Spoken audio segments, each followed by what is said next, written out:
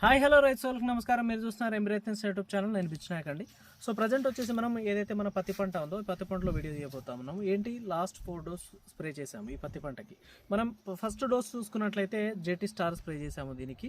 అది వచ్చేసి మనము ఒక 30 డేస్ ఉన్నప్పుడు. ఆ తర్వాత సెకండ్ డోస్ వచ్చేసి దాని తర్వాత ఒక 12 రోజులకి లైకా స్ప్రే చేయడం జరిగింది. ఆ తర్వాత మళ్ళీ ఒక 12-15 రోజులు గ్యాప్ ఇచ్చి జేటీ కార్డ్ స్ప్రే చేసాము. ఆ టైంలో మొక్క వచ్చేసి దగ్గర 50 రోజులు అవుతా ఉంది.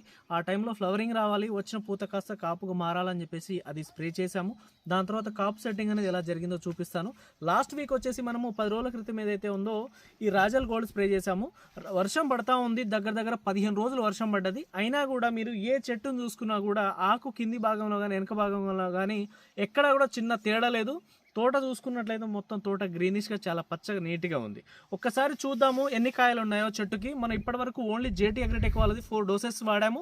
జేటీ స్టార్, లైకా, జేటీ కార్డ్, ఆ తర్వాత రాజల్ గోల్డ్. ఒక్కసారి చూడండి, ఈ కాయలు వచ్చేసి దగ్గర ఇది వచ్చేసి ఒక చెట్టు.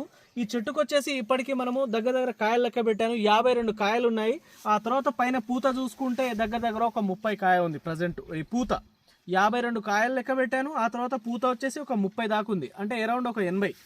ఇంకా పూత రాలింది దగ్గర 10-15 ఒక 20 దాకా పూత రాలిపోయి ఉంటుంది దీనికి.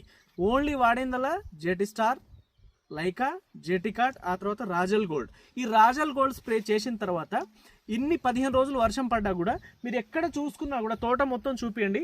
నేను లాస్ట్ వీక్ కూడా అక్కడ నుంచి వీడియో తీశాను. ఇగో ఇక్కడే ఇదే మనది తాడి చెట్టు. ఈ తాడి చెట్టు దగ్గర నుంచే కామన్గా అక్కడ నుంచి వీడియో తీస్తూ ఉంటాం. తాడి చెట్టు వెనక కనిపిస్తూ ఉంటుంది. మీరు చూడండి ఒకసారి, ఈ ఒక్క చెట్టుని కాదు ఈ చెట్టు కూడా చూడండి కాపు ఎలా ఉంది, పైన పూత కూడా ఎలా ఉంది, పూత ఎక్కడన్నా రాలుతా ఉందా. మేజర్గా రాజల్ గోల్డ్ స్ప్రే చేసింది ఎందుకు అంటే పచ్చదోమ కంప్లీట్గా క్లీన్ అయిపోవాలి, ఎర్రనల్లి ఉన్నా క్లీన్ అయిపోవాలి, దాంతోపాటు తెల్లదోమ ఉన్నా క్లీన్ అయిపోవాలి. ఈ 3 కనుక క్లీన్ అయిపోతే మీ పత్తి పంటలో ఒక్క పూత రాలడానికి కూడా అవకాశం ఉండదు.